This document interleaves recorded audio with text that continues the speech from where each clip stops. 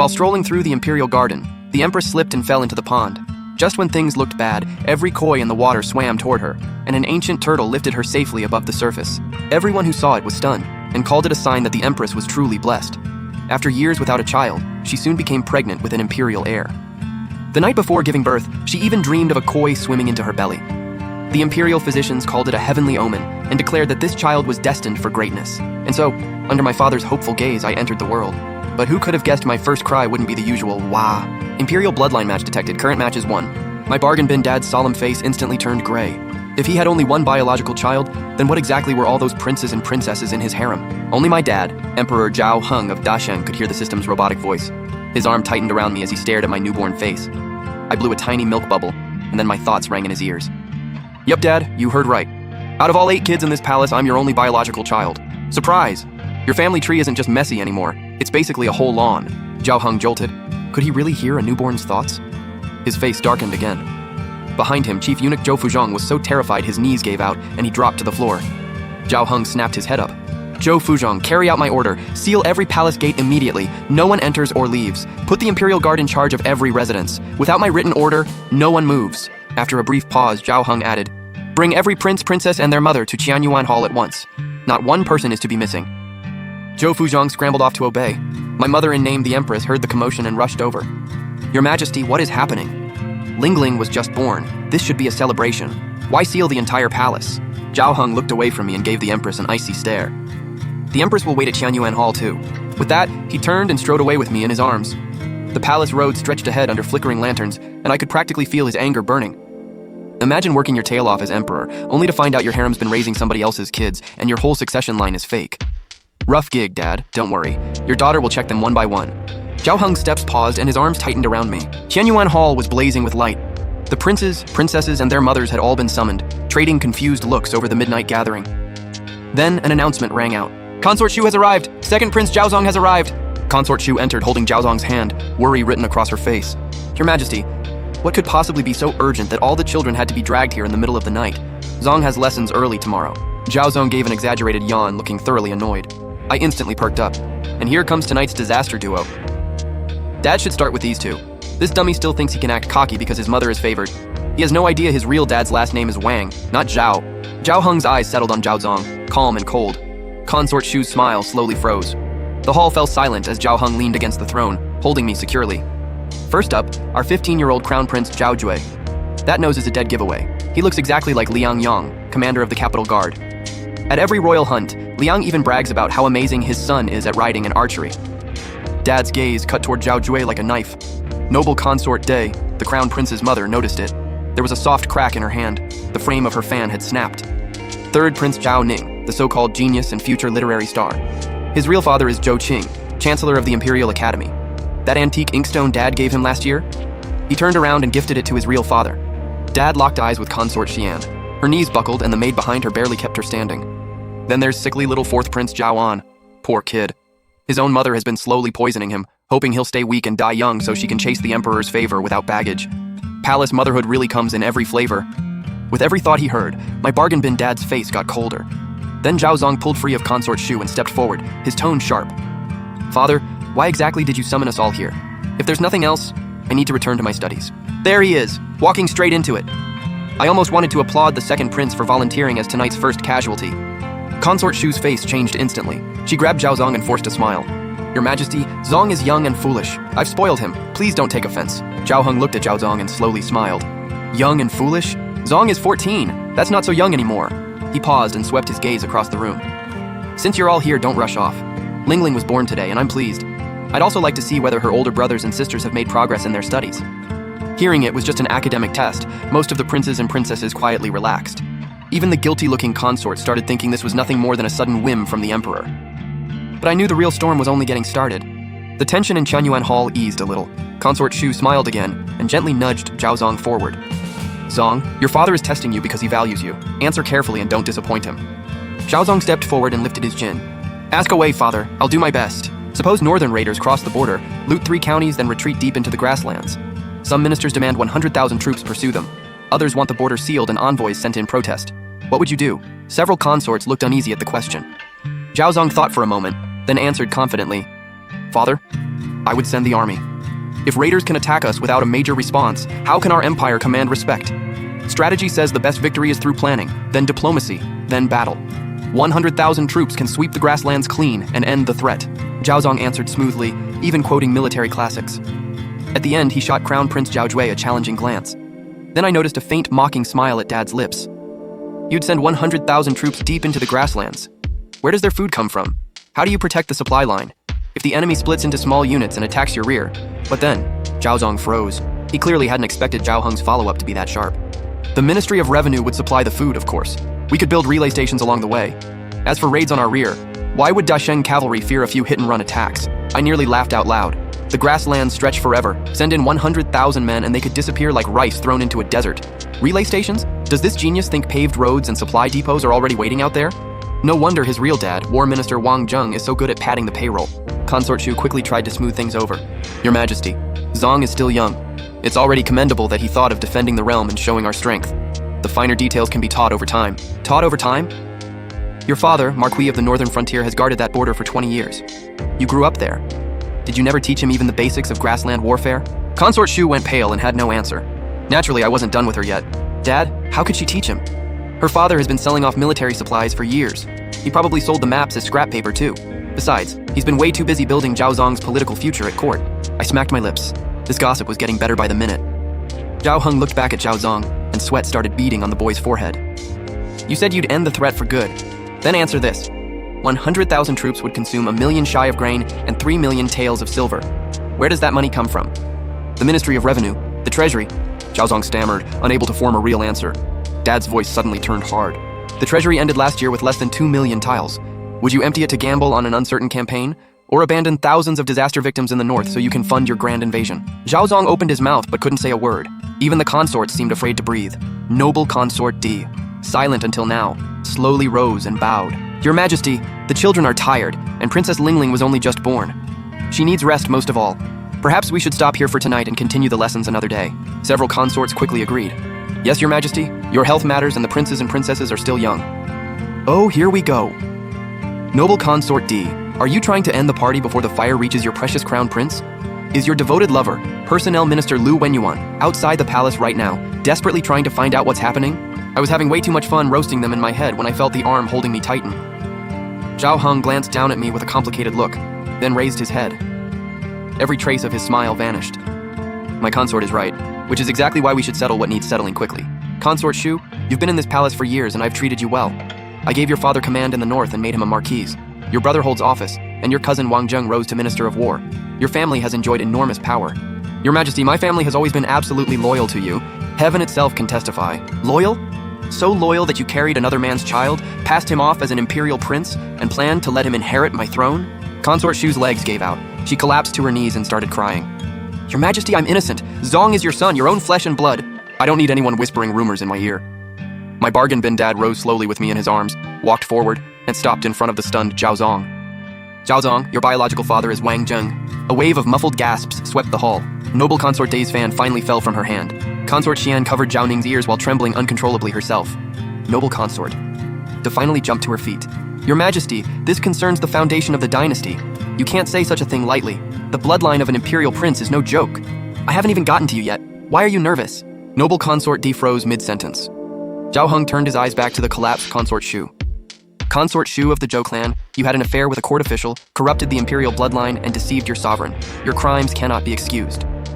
Consort Shu reacted as if she'd heard a death sentence and began sobbing. I didn't. Zong is your son. Look at him. He looks just like you. Like me? He looks exactly like your cousin, War Minister Wang Zheng. Zhao Heng's voice was icy. Consort Shu's sobbing stopped cold. Dad, not bad, but you need evidence. Just naming names won't be enough once they recover and start denying everything. Oh, right. Doesn't Consort Shu have a plum blossom birthmark below her left collarbone? And Wang Zheng has a scar on his right shoulder. They love talking about those marks of love whenever they meet in secret. I hadn't even finished my inner monologue when Zhao Heng spoke again. Shall I have the palace matrons inspect that plum blossom birthmark? Or should I drag out every one of those loyal maids and eunuchs from your residence and question them one by one? Consort Shu finally understood. Zhao Heng wasn't suspicious. He was certain.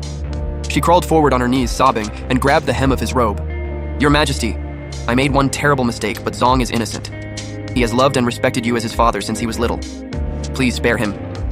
Please. Zhao Heng kicked her hand away in disgust, then carried me slowly back toward the throne. Hear my decree. Strip Zhou of all rank and confine her to the cold palace for life. Remove Zhao Zong from the imperial registry and place him under clan detention. Recall the Northern Marquis's command and bring him to the capital for trial. Dismiss War Minister Wang Zheng and imprison him for interrogation. Decree after decree fell.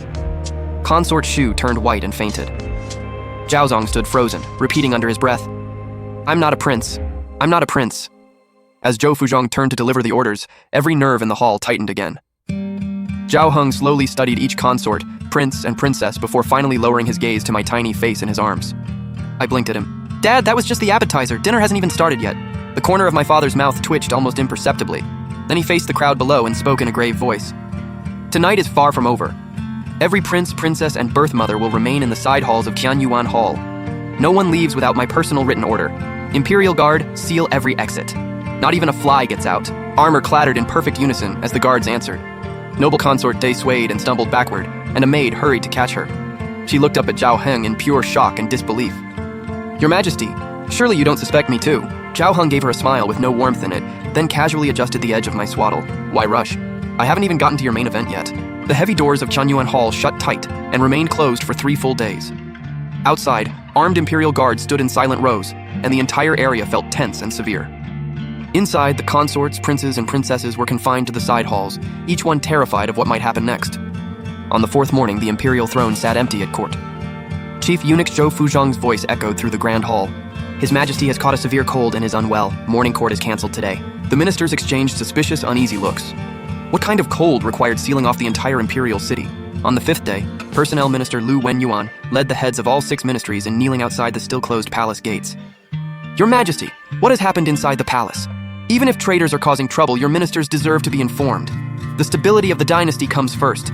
Matters of the inner palace must not shake the foundation of the state. His anguished pleas drifted faintly into Qianyuan Hall. Noble Consort Day and Consort Xian exchanged nervous glances. The Empress sat beside the throne, her nails digging into her palm. In the end, everyone's eyes kept drifting toward the Emperor. Curled in Zhao Heng's arms, I couldn't help thinking, Minister Lu really deserves an acting award. If you didn't know better, you'd think he was the most loyal official alive. Zhao Heng rested against the throne with his eyes closed, ignoring the cries beyond the palace walls. On the 6th day, the gates finally opened. Zhao Heng carried me down the Imperial Avenue toward the throne hall. Nestled in his arms, I quietly studied the ministers waiting below the steps, each wearing a different expression. Rise, ministers. Thank you for your concern these past few days. I merely removed a few parasites hiding in the inner palace and chewing at the foundation of the realm.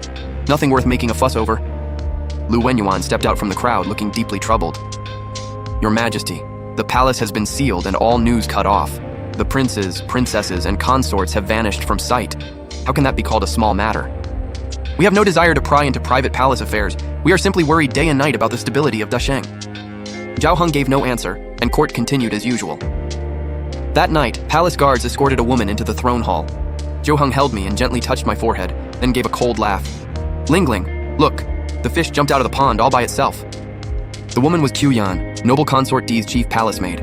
She was thrown down before us and looked up in panic, straight into my father's eyes. Your Majesty, Zhao Heng's voice revealed nothing. I'll give you one chance, go ahead and talk. The throne hall was so tense you could hear a pin drop. Qiuyan collapsed to her knees before the imperial desk. Zhao Heng held me and lightly tapped my cheek with his knuckle. Qiuyan, you came into the palace from Noble Consort D's family home. You've served her for about 10 years, if I remember correctly. Yes, Your Majesty.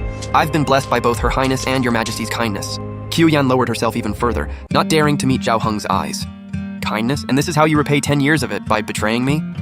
I would never dare. Your Majesty, please see the truth. Qiuyan shuddered and nearly flattened herself against the floor. Dad, stop playing 20 questions. Have Zhou Fuzhong interrogate her and search her quarters top to bottom. Something will turn up. After hearing my thoughts, Zhao Heng let out a short laugh. Zhou Fuzhong, take her away and question her thoroughly.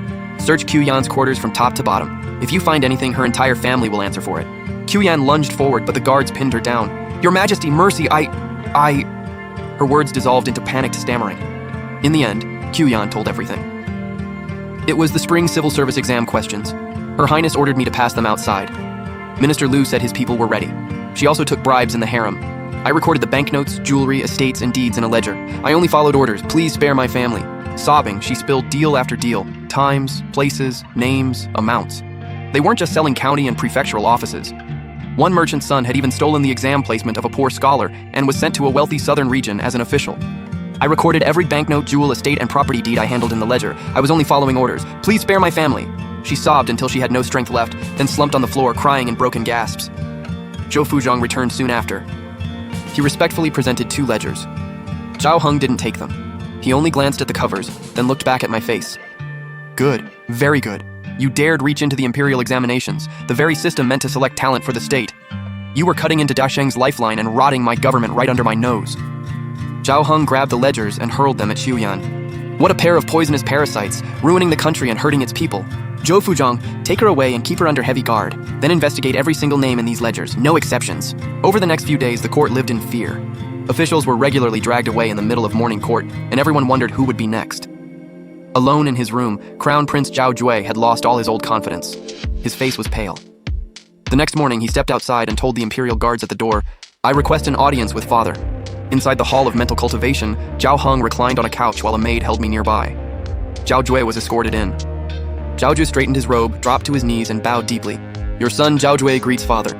"Rise." Zhao Heng lifted his eyes. Zhao Jue didn't stand. Instead, he bowed even lower. "I don't dare. I've come to ask father's forgiveness." "What crime has the crown prince committed?" Zhao Heng looked mildly puzzled, but his eyes were probing. "I failed to control my subordinates and betrayed father's trust. I just learned that Zhang Meng, commander of the Eastern Palace Guard, allowed his relatives to seize 30 mu of farmland outside the capital, forcing several families from their homes. As crown prince, I failed to notice what happened right under my nose." Zhao Jue finished and slammed his forehead to the floor again. "I should have been diligent and helped ease father's burdens, yet I failed so badly that I no longer deserve to remain in the Eastern Palace. Please punish me, strip my title, or dock my stipend. I won't complain. If father allows it, I wish to retire to my fief, study in seclusion, and reflect on my mistakes." He sounded completely sincere and made himself look incredibly humble. I wasn't buying it for a second. Keep acting. This guy is slippery. Reflect in seclusion? Please. He's seen Dad arresting people left and right and wants to escape before the fire reaches him. Going to his fief is just retreating now so he can build power later. His scheme is practically flashing in neon. I was yelling in my head. If I hadn't been wrapped like a burrito, I would have jumped up and exposed him myself. The moment my thoughts rang out, Zhao Heng's half-closed eyes snapped open. "Crown Prince, I'm pleased that you can reflect on yourself this way. The courts will handle Zhang Meng's case. Since you knew nothing of it, don't blame yourself too harshly.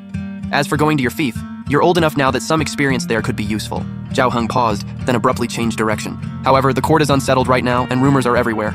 As Crown Prince, you are central to the state's stability. If you leave the capital now, people with bad intentions may assume something has happened to me or the court and use it to stir up trouble. That would only make things worse. Father is right, I failed to think it through." Zhao Jue stiffened slightly, then quickly agreed. Zhao Heng finally gave a faint nod of satisfaction. "Here's what we'll do. Don't return to the Eastern Palace for now. I'll have Wenhua Hall prepared for you. Stay there until the court settles down." Zhao Jue jerked his head up. Zhao Heng's expression was warm but unreadable, and every protest died in his throat. "I obey." Zhao Heng waved him away. "Go, reflect carefully." As Zhao Jue left, a faint smile appeared on Zhao Heng's face. "Zhou Fuzhong, issue an order. Liang Yong, commander of the Capital Guard, has served diligently for years. Remove him from his current post immediately. He will receive another assignment. Trying to coordinate from inside and outside? Then I'll cut off your support first." Zhao Heng took me from the maid and tapped the tip of my nose. "See that, Lingling? When you're dealing with a clever fox, blocking one den isn't enough. You have to seal every hole it might use before it gets the chance." News that the crown prince had been effectively placed under house arrest sent the entire harem into a panic. That day, Zhao Heng carried me back into Qianyuan Hall. In the side hall, the consorts and princes were all kneeling on the floor. In the dead silence, noble consort is suddenly hurried out from the line. "Your Majesty, I have something urgent to report." Noble consort D pointed across the hall at consort Xian.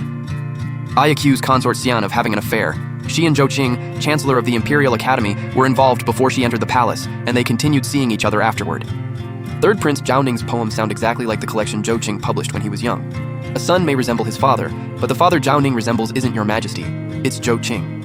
"You're lying! That's a vicious accusation!" Consort Xian's face went ghost white. She sprang up like a cat whose tail had been stepped on and nearly jabbed a finger into noble consort D's face. "You have the nerve to accuse me. What makes your own hands clean?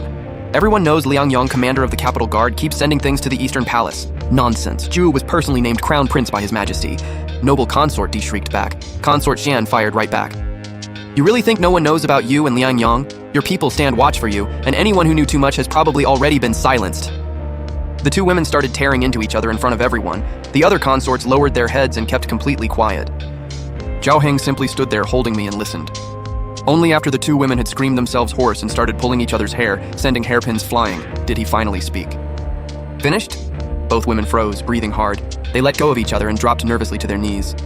Wow, two guilty people calling each other guilty. But Dad, arguing is boring. If you want to know who's really yours, just test the bloodlines and settle it once and for all. I smacked my lips and blew another bubble. Zhao Heng surveyed the hall and a slow smile appeared on his face. Good, very good. Since both of you insist that my sons aren't actually mine, there's no need to keep arguing. Still holding me, he turned to the sweating Zhou Fuzhong and spoke solemnly. Issue my decree. 3 days from now, at 8 in the morning, a public bloodline ceremony will be held before Taiji Hall.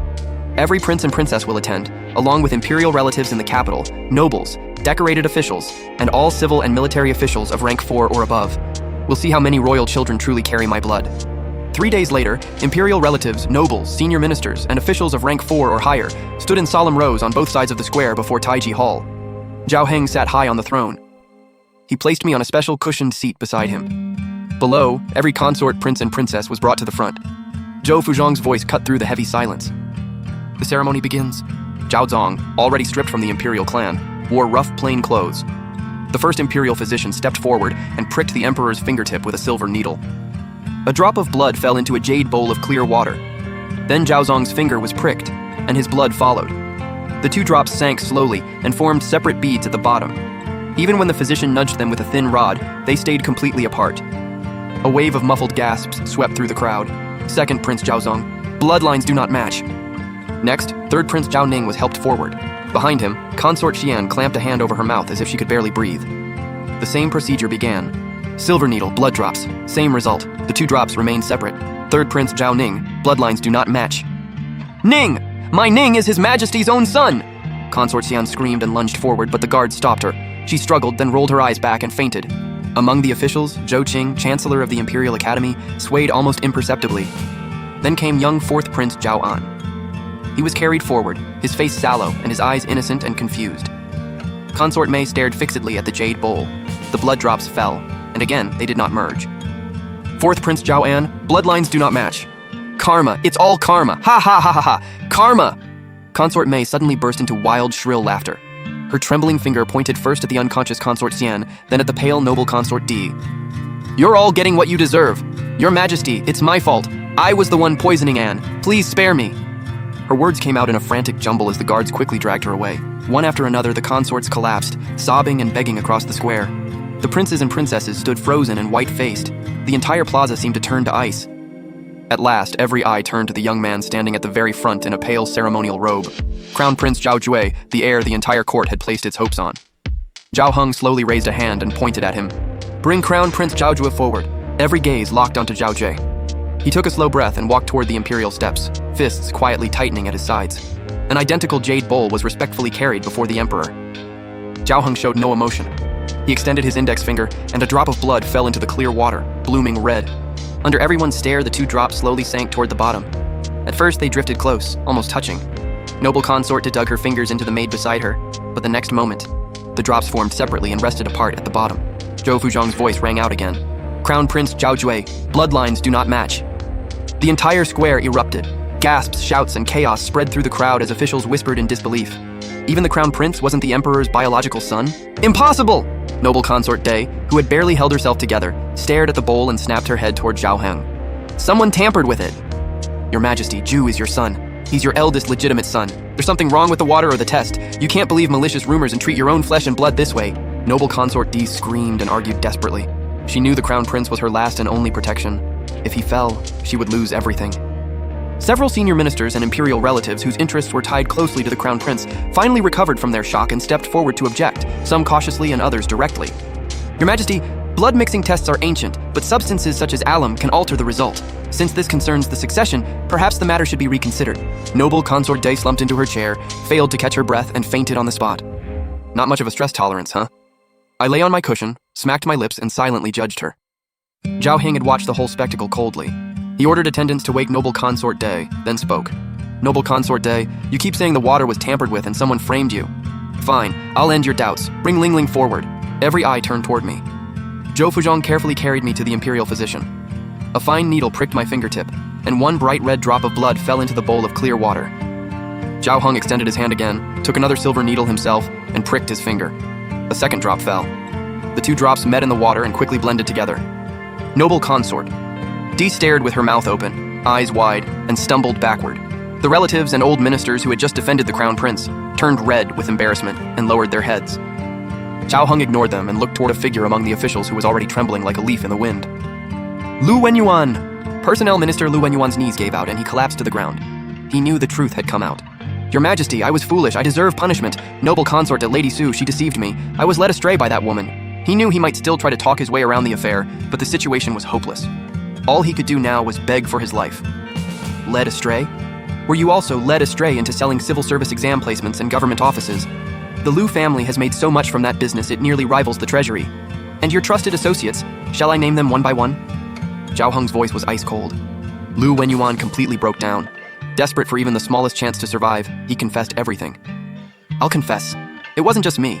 Deputy Personnel Minister Zhang Bikao, Zhao Kangwen of the Merit Office, and Li Ji of the Appointments Office were involved too. Your Majesty, please spare my life. His confession hit the court like another boulder dropped into deep water. Every official he named went pale. Zhao Heng showed no emotion as his gaze moved slowly across the hall. Strip Lady Su of rank and sentence her to death. Detain Zhao Jue at the Imperial Clan Court. Remove all titles from every other consort, prince, and princess involved, and punish them by law. Dismiss Lu Wenyuan and his allies, confiscate their property, and execute the convicted ringleaders in 3 days. Anyone involved in buying exam placements or illegally selling government offices will be investigated to the very end. No exceptions. Decree after decree came down and minister after minister was taken away by guards. Zhao Heng exhaled slowly, then turned and took me securely back into his arms from Zhou Fuzhong. He swept his gaze over everyone once more. From this day forward, Princess Lingling is my only child, and the sole heir to the throne of Dasheng. The harem's bloodbath had barely ended before chaos swept through the court. Officials in the Ministry of War, Imperial Academy, Hanlin Academy, Censorate, and other respected institutions were implicated. The Imperial prison overflowed, and carts hauling confiscated property never seemed to stop. Before long, so many posts were empty that government work nearly ground to a halt. At morning court, the elderly Minister of Rights, Yang Wenhei, stepped forward from among the veteran statesmen and bowed until his forehead touched the floor. Your Majesty, I beg permission to speak. I support removing corrupt officials and cleaning up the court. But this investigation now reaches so widely that everyone is terrified and government work has nearly stopped. If this continues, the state will suffer. A ruler needs both firmness and restraint. Total destruction cannot be the only answer. Even if it costs me my life, I beg your Majesty to show mercy and preserve some strength for the government. With that, he suddenly lurched toward a golden pillar, as if he meant to crash into it. Several old ministers hurried to stop him, then dropped to their knees as well, crying and pleading until the whole hall filled with voices. On the throne, Zhao Heng's face remained dark and unreadable. Just as the standoff reached its peak, I made a soft baby sound from Zhao Heng's arms. These old ministers are really committed to the performance, but they're genuinely scared for their lives. Instead of crushing everyone, why not replace them? Their networks are tangled everywhere. If you remove them all at once, who fills the empty jobs? Better to create a self-reporting and whistleblower program. Zhao Heng heard my thoughts. His eyebrow lifted and his eyes brightened. Like his tiny behind-the-scenes strategist, I kept laying out the plan. Give everyone involved a deadline to confess, return all illegal gains, and sign a formal admission. Depending on the offense, reduce the penalty, exile, dismissal, or life instead of death. If they also recommend a capable, clean replacement for their post, give them even more leniency. I ran through the plan in my head at top speed. A sharp gleam flashed in Zhao Heng's eyes. He gently patted my swaddle, then looked up with his usual commanding calm and raised a hand to stop Yang Wenhei's performance. Minister Yang, I understand your concern for the state. I can give them one chance. As of today, there's a 10-day deadline. Anyone involved, regardless of rank, who turns themselves in, confesses, and returns all illegal gains may receive a lighter sentence and avoid death. If they recommend an honest, capable replacement who passes review, it counts as cooperation. Their families will be spared, and they may keep some dignity. After 10 days, anyone who still hides the truth and hopes to escape will face a much harsher penalty once discovered. The decree stunned the court. Officials traded looks as the room erupted in whispers. To save themselves and their families, each man was already calculating whom he could expose and whom he could recommend. 10 years passed in the blink of an eye. As I grew older, Father eventually lost the ability to hear my thoughts. During those 10 years, the borders stayed peaceful, and the court remained stable. Just when everyone thought the dynasty had finally entered a quiet era, my father, Zhao Heng, began suffering from unexplained headaches. At first, it was only occasional dizziness, but the attacks became more frequent and severe. Sometimes his vision went dark, and once he even briefly lost consciousness while reviewing memorials. Every physician in the Imperial Medical Bureau examined him in turn, yet none could identify a clear cause. The emperor visibly weakened day by day, and a rumor slowly spread through both the court and the public. His Majesty killed too many people during the old purge. Maybe heaven is punishing him now. One day, Father's headache struck again while I happened to be nearby. I immediately stepped forward to support him. "Father, are you all right?" As I steadied his arm, the familiar scent of ambergris washed over me. Father had used this incense for years as part of his imperial presence, but today something about it smelled wrong. I leaned closer to identify it. The mechanical system voice, silent for years, suddenly spoke. "Abnormal neurotoxin detected. Mind-eroding powder. Long-term inhalation can damage cognition, causing headaches, dizziness, hallucinations, eventual mental collapse, organ failure, and death." My whole body went rigid. Someone had dared put poison into the incense Father used every day. Zhao Heng noticed my sudden change in expression and looked at me. "Lingling, what's wrong?" I leaned close to Father's ear and lowered my voice. "Father, you're not sick. Someone mixed poison into the ambergris incense you use." Zhao Heng swept the gilded incense burner off the table. Ash scattered across the floor as he barked an order. "Zhou Fuzhong, seal my chambers. Detain everyone who has handled my daily incense recently. Find out where this batch came from and every person whose hands it passed through." Every eunuch and maid who had handled the incense was questioned. Eventually, all clues led back to a routine palace inventory 3 years earlier, when belongings from the quarters of an elderly consort who had died years before were sorted. Among those belongings were several boxes of high-grade ambergris incense that had aged for years. After the household department inspected and cataloged everything, the best incense was sent to the emperor, while lower-grade batches were distributed among the consorts. Father and I were reviewing the old records when Zhou Fuzhong lowered his voice. "Your Majesty, I questioned several senior eunuchs who handled the matter back then. One died suddenly last year. Another vaguely remembers that when the late consort's belongings were sorted, people from the imperial clan court were present. Their leader seemed to be a steward serving Prince Zhao Qingqi, the elderly prince who withdrew from the old succession struggle and spent decades practicing Taoism and alchemy." Zhao Heng's gaze suddenly turned ice cold. "Imperial clan court, keep that estate under constant watch. Guard the old prince's residence closely. Anyone coming or going, any unusual move at all, the Imperial Guard Bureau needs to know about it." Before the entire court, Father's condition kept getting worse. He often drifted off during council and spoke incoherently, yet whenever I stayed beside him, he seemed to steady.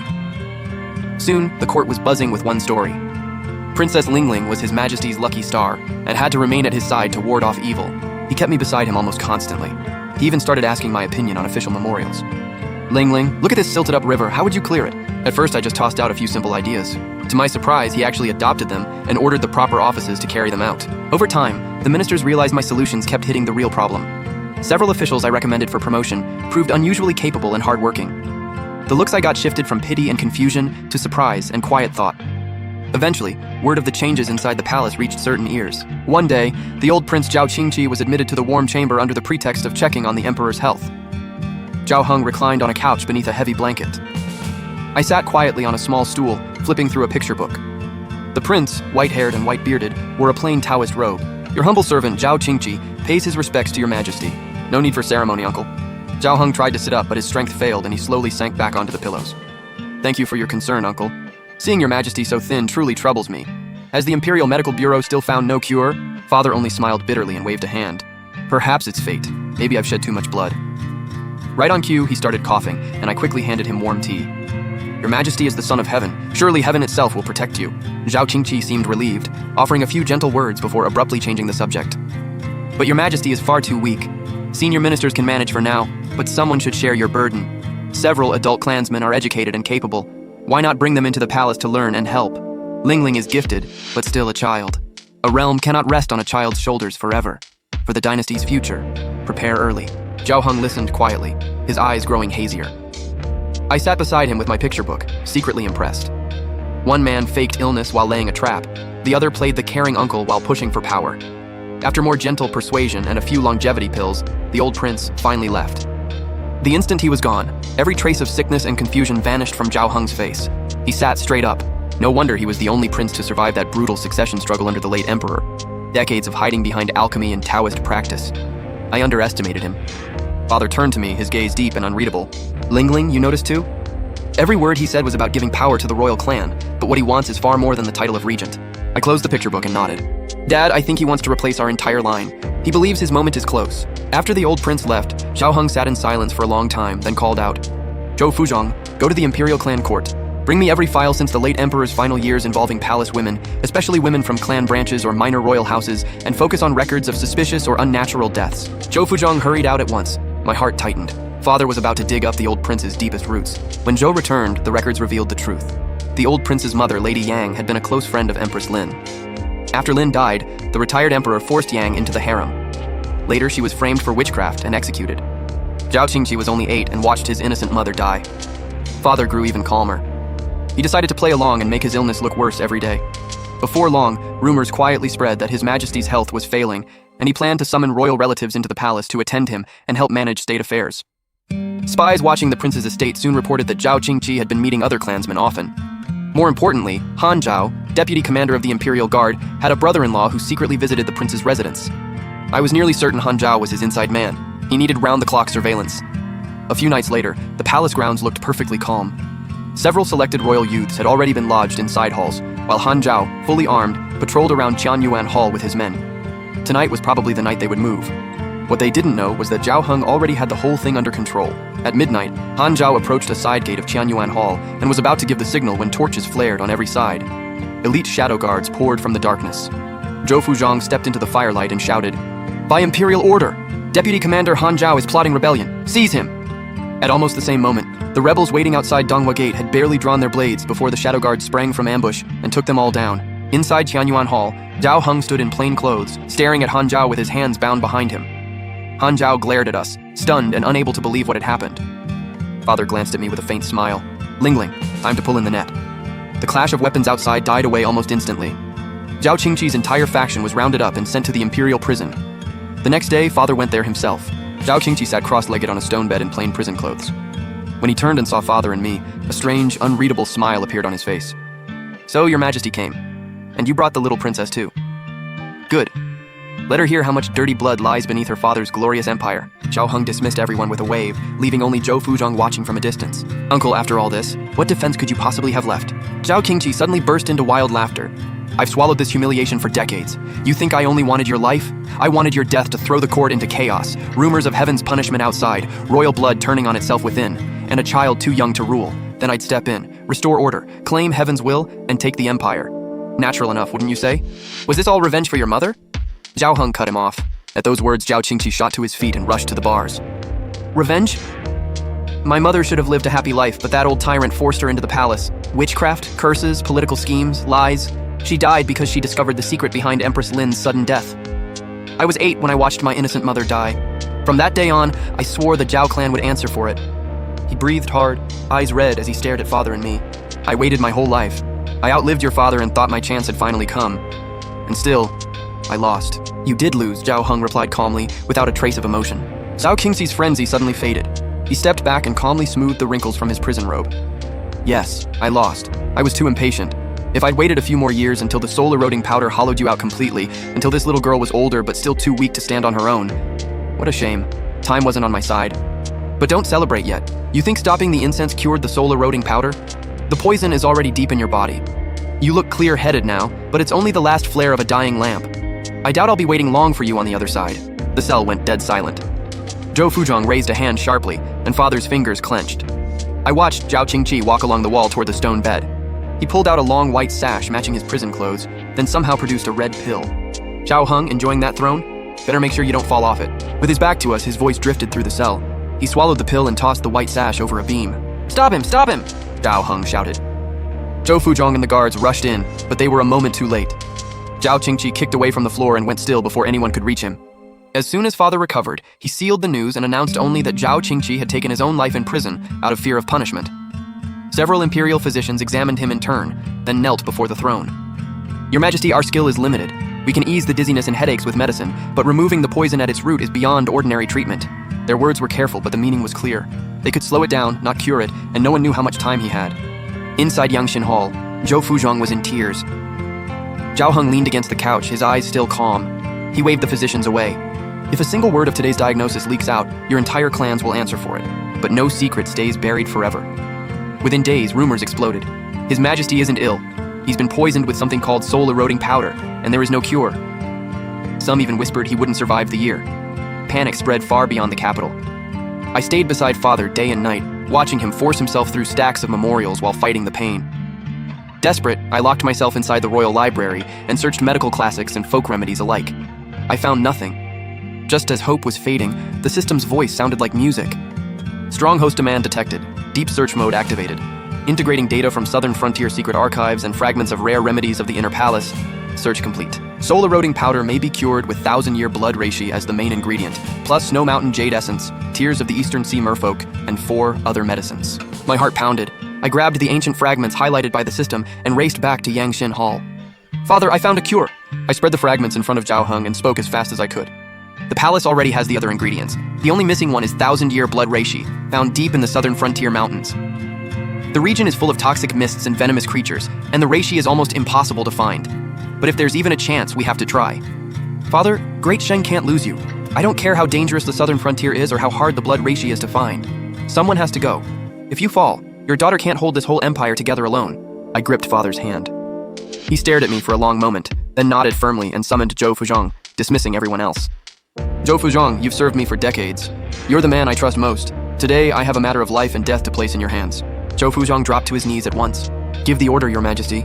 I would risk my life without hesitation. Take the Shadow Guard and leave the capital in secret. Head south and find the 1,000-year blood reishi, whatever it takes. My life depends on it, and so does the fate of Great Sheng. Zhao Heng handed him a sealed letter containing the formula and a description of the blood reishi. I will not fail you, Your Majesty. As Zhou Fuzhong disappeared beyond the palace gates, Zhao Heng pulled me into his arms and sighed softly. Lingling, the court is probably headed into an even rougher storm now. 6 days after Zhou Fuzhong left, Zhao Heng suddenly collapsed during morning court and was rushed back to his chambers. Chancellor Xie Wenyuan, Duke Wei, and several trusted ministers temporarily ran the government, but without the emperor, decisions slowed. No matter how capable I was, most officials still saw me as a sheltered little girl. Inside Yangshin Hall, Father leaned against the headboard and gripped my hand. Lingling, I may not have much time left. The court cannot fall into chaos again. His voice was hoarse, but every word was clear. I fought back tears and squeezed his hand. Father, what do you want me to do? Act as regent, hold court in my place. My heart jolted. They won't have a choice. Your reputation as the court's lucky star has spread everywhere, and they've watched you help me govern for years. Lingling, it's a dangerous move, but it's our only path. You have to step forward and steady this empire for me, and for yourself. He looked at me with an unreadable depth in his eyes. At last, he had made his decision. The next day, an edict stunned the entire realm. My health is failing and recovery may take time.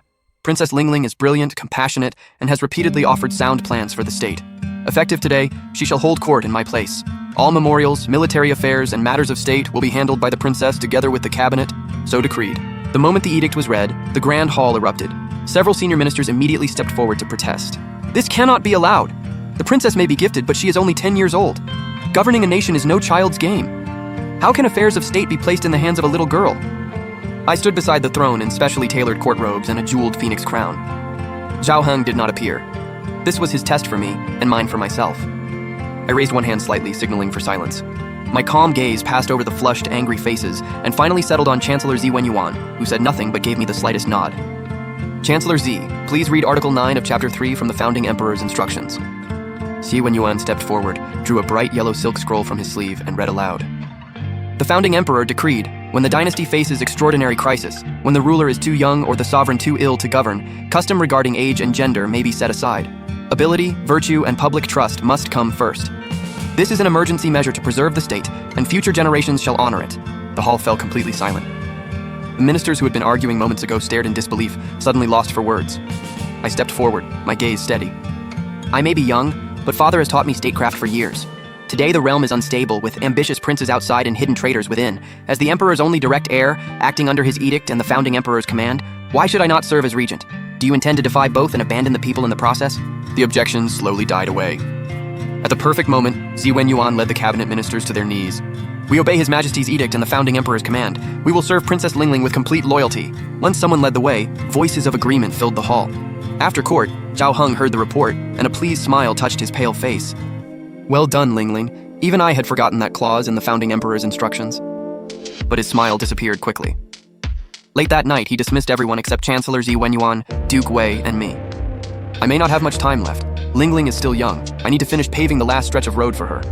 Zhao Heng rested against the pillows, breathing weakly. At his signal, a servant opened a rosewood box containing 3 identical secret edicts. Chancellor Xie, Duke Wei, if I die, you two will become ministers of regency. These secret edicts are your authority. Zhao Heng's gaze moved slowly across them. Both men knelt at once. Swear to protect the Princess Regent together until she comes of age and rules in her own right. If the court turns restless or any prince rebels, this edict gives you emergency authority to act first. Military, civil, and financial power will be discussed by the 3 of you, with the princess making the final decision. We swear we will never betray your Majesty's trust. Both men bowed deeply. Zhao Heng waved them away wearily, leaving only me beside the bed. Lingling, this is all Father can do for you. The road ahead is yours to walk. I bent beside the bed, tears falling as I nodded hard. Don't worry, Father. I will never let you down. When Eunuch Zhou returns and you recover, I'll stay by your side and protect Great Sheng with you for generations to come. More than 2 months passed with no word from Zhou Fuzhong. Then urgent frontier dispatches flooded the capital. The Northern D had sensed weakness and massed troops on the border. Hawks demanded war. Doves argued the emperor was dying, supplies were strained, and peace talks were safer. The court became a shouting match. In Qianyuan Hall, Zhao Heng slept most of the time and woke only briefly. When the military report arrived, he happened to be lucid. After Zi Wenyuan finished his quiet briefing, Father weakly raised a hand and called me closer. I hurried over and took his hand. I don't think I'll make it. His voice was barely a whisper. Father. I choked, dropped beside the bed, and finally broke down crying. Chancellor Zai knelt nearby. Just when everything seemed hopeless, a shout tore through the palace as pounding hooves rushed closer. A dust-covered messenger stumbled to the doors of Yangshan Hall. Victory from the southern frontier. Steward Zhou found the 1,000-year blood reishi. Shadow Guard experts are escorting it back to the capital day and night. The news hit like thunder. The blood reishi had been found. His Majesty could be saved. Almost at once, another messenger shouted from outside. Urgent border dispatch. The Northern Dai abandoned their supplies overnight and pulled their entire army back 300 li. Yangshan Hall went so quiet you could hear a pin drop. Even the fading Zhao Heng seemed revived by the back-to-back good news. I cried out at the top of my lungs. Father, did you hear? Eunuch Zhou found the medicine. The poison can be cured. The Northern D are retreating too. Heaven is protecting Great Sheng. You have to hold on. The 1,000-year blood reishi Zhou Fuzhong brought back lived up to its legend. The physicians blended it with the other 6 ingredients and got the medicine into Zhao Heng just in time. For several days, he stayed critical. Then he coughed up dark blood and slowly improved. He remained weak and needed long rest, but the court gradually stabilized. Inside Yangshan Hall, Father sat propped up on the couch and summoned me. Chancellor Zi Wenyuan, Duke Wei, and Zhou Fuzhong, who was thinner after his ordeal but still sharp-eyed. I barely escaped death this time, but it showed me how unstable the Empire becomes without me. Lingling has courage and judgment, but she is still young. Her status is recognized, yet her foundation is not secure. From today on, I will establish a princess's household. Lingling will live and study there. Chancellor Zai will personally teach her the classics, statecraft, strategy, and the art of ruling. Its structure will follow the model of a crown prince's residence. In other words, the system was formally recognizing me as heir and beginning my full training. Zi Wenyuan accepted solemnly. I will give everything I have to teaching Her Highness. Choose promising youths from noble houses, military families, loyal officials, and even commoners to join the princess's household as study companions and guards. Character and ability come first, not birth. I want people who can truly support Lingling one day, not a pack of spoiled rich kids. Duke Wei and Zhou Fuzhong agreed. I was about to speak when Zhao Heng raised a hand, then frowned at a question that had bothered him for days. The Northern Dai came with hundreds of thousands of troops. Why did they suddenly retreat 300 li overnight? Duke Wei immediately stepped forward and saluted. Your Majesty, I was just about to report that. Their retreat was neither random nor a trick. Princess Lingling stayed in the capital and used a classic move. Strike the enemy where they least expected to force them home. Zhao Heng's eyes flashed as he looked at me. I lowered my head a little embarrassed. Duke Wei continued. The court was split over war and peace. Your Majesty was gravely ill, and the Northern Dai were at the border. The princess feared for you, but stayed calm. She told me and the Shadow Guard commander that with the enemy's main force south, their royal camp had to be lightly defended. Years ago, a captured traitor had revealed its rough location. Her plan was simple. Instead of bleeding ourselves dry on the frontier, send elite light cavalry around the main army and strike straight at their royal camp. No need to destroy it. Burn their supplies, frighten the royal family, shake their morale, and force them to turn back. Shi Wenyuan added, it was risky, but at the time, it was the only plan with a real chance of changing the war. We discussed it and agreed. Duke Wei said loudly, I selected several thousand elite volunteers and sent a general out by night to circle through the northern desert. 7 days later, smoke and fire rose near the Northern Dai royal camp. Almost immediately, their forward wing began pulling back. By morning, the whole army had retreated 300 li. Zhao Heng stared at me. His shock slowly turned to pride. He let out a long breath, eyes full of admiration. Good, very good. Lingling, you surpassed even my expectations. If this empire is left to you, I truly can rest easy. He turned to Zi Wenyuan and the others, his voice firm. Begin establishing the princess's household immediately. You've all seen what Lingling can do. If anything happens to me again, support her exactly as you did this time and follow her commands. We obey, they answered together. The way they looked at me had changed. It was no longer mere respect for a princess, but genuine admiration. In the blink of an eye, another 10 years passed. For 10 years, Chancellor Zi taught me history, philosophy, government, and how to balance court factions. Duke Wei taught me border defense, battlefield strategy, and how to command proud generals. Father never regained his old strength, but his health stabilized. He often listened as I reviewed state affairs and offered a few pointers. On the morning I turned 20, the long-awaited hour arrived. Officials stood in strict ranks before Taiji Hall. Zhao Heng, now retired emperor, sat beside the throne. Zhou Fuzhong stood nearby, hair and beard white, but back still straight. "The auspicious hour has come," cried the master of ceremonies, and every eye turned toward the steps. I appeared wearing the emperor's 12-tassel crown, dark ceremonial robes, and a jade belt. Step by step, I crossed the gold-woven carpet toward the highest seat in the realm. At last, I stopped before the throne and turned to face the court. The Minister of Rites stepped forward and opened a bright yellow edict. "By imperial decree, Princess Lingling is wise, gifted, compassionate, and has rendered great service to the realm. She shall inherit the throne. I hereby abdicate in favor of Princess Lingling, who shall ascend as emperor and inaugurate the Fengming era. So decreed." "Long live the emperor! Long live forever!" I raised a hand to acknowledge them. As the hall quieted, Zhou Fuzhong presented a rosewood tray holding the imperial jade seal, symbol of supreme authority. I took it firmly, raised it above my head for the court to see, then set it gently on the jade table. By my father's command and my ancestors' trust, I inherit Great Sheng today. From this day, the era shall be called Fengming. My first priority is the people's livelihood. First, reduce taxes and forced labor.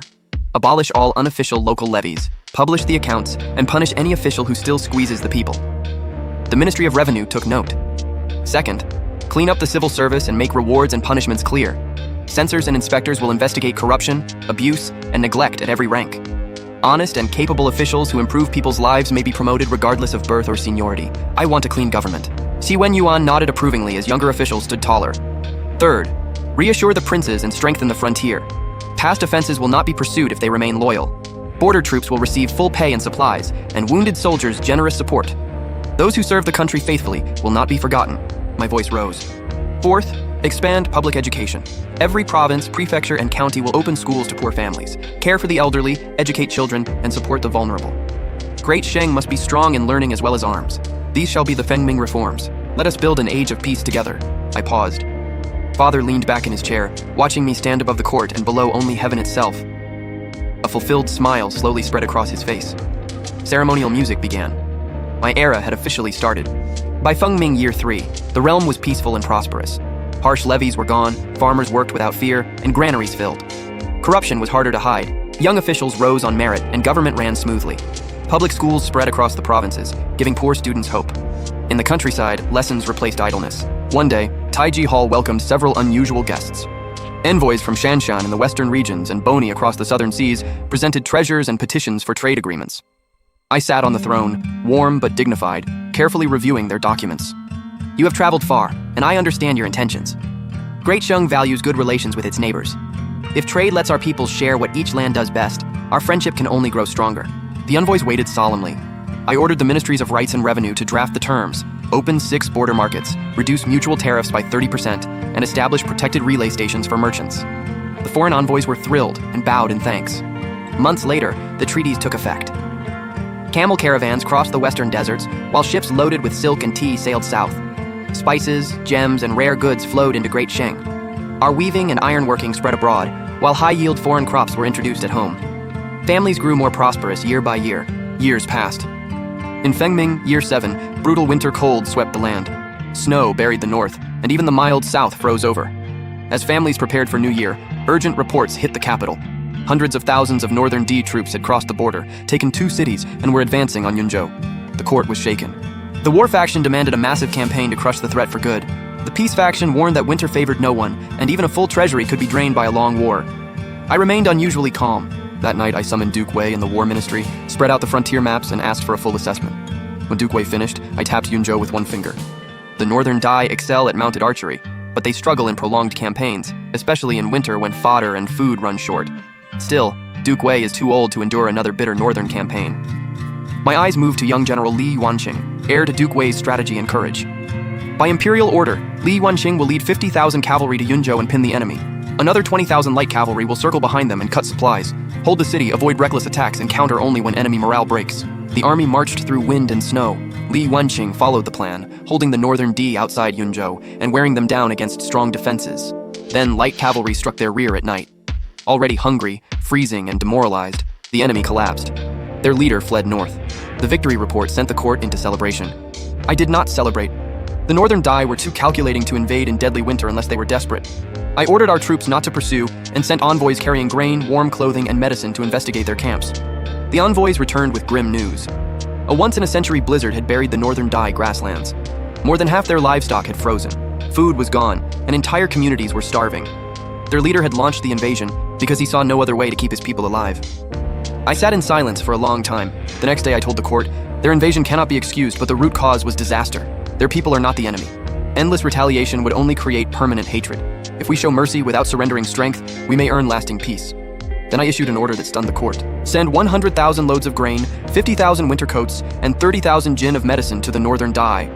Before spring, send 100 farming experts with cottonseed to teach them. Tell their leader this is not weakness. If they invade again, Great Sheng will answer with full force. If they keep peace, we will too. The Northern Dai leader and his people held the life-saving grain and winter clothes, staring at the Great Sheng experts who came to teach farming. Many wept. Their people had followed grass and water for generations. They had never imagined crops could grow on the steppe and help them survive the cold. When spring came, the experts taught them everything step by step: clearing land, planting, raising seedlings, spinning, and weaving. Neat cotton fields gradually spread across the Northern Dai grasslands. Their leader then gathered the clan elders beneath their sacred mountain. They sacrificed cattle and sheep, honored heaven and earth, and swore before the sacred mountain. We, the Northern Dai, remember the mercy of Great Sheng's holy sovereign. From this day forward, we pledge lasting allegiance to Great Sheng and will never attack again. May heaven judge us if we break this oath. Soon after, the Northern Dai sent envoys with their tribal token, honored me as their sacred sovereign, and promised annual tribute. For decades, the northern frontier saw no war. Cotton fields spread across the grasslands, giving them warmth and a new export. Trade with the Central Plains flourished, with merchants traveling freely both ways. I kept pushing reforms: irrigation, high-yield crops, and a better civil service exam. Great Sheng expanded and reached the height of its power. Princes who once harbored ambition became loyal supporters. Foreign states sent more envoys, while people across the realm lived and worked in peace. Time passed like petals on running water. Before I knew it, I was old, my hair silver at the temples. Father and many senior ministers had long since passed away. Sometimes I returned with attendants to the palace where I'd been born. I never had children of my own. I gave my entire life to Great Sheng. Near the end of my life, I passed the throne to a great nephew I had trained for years, a descendant of father's later bloodline, and left one final edict for Great Sheng's future. All I ever wanted was lasting peace for Great Sheng and a good life for its people. Future rulers must put the people first, value peace, govern diligently, reject luxury, and never start a war lightly. The people built temples and statues in my honor, calling me the sacred emperor of Fengming and passing down my deeds for generations.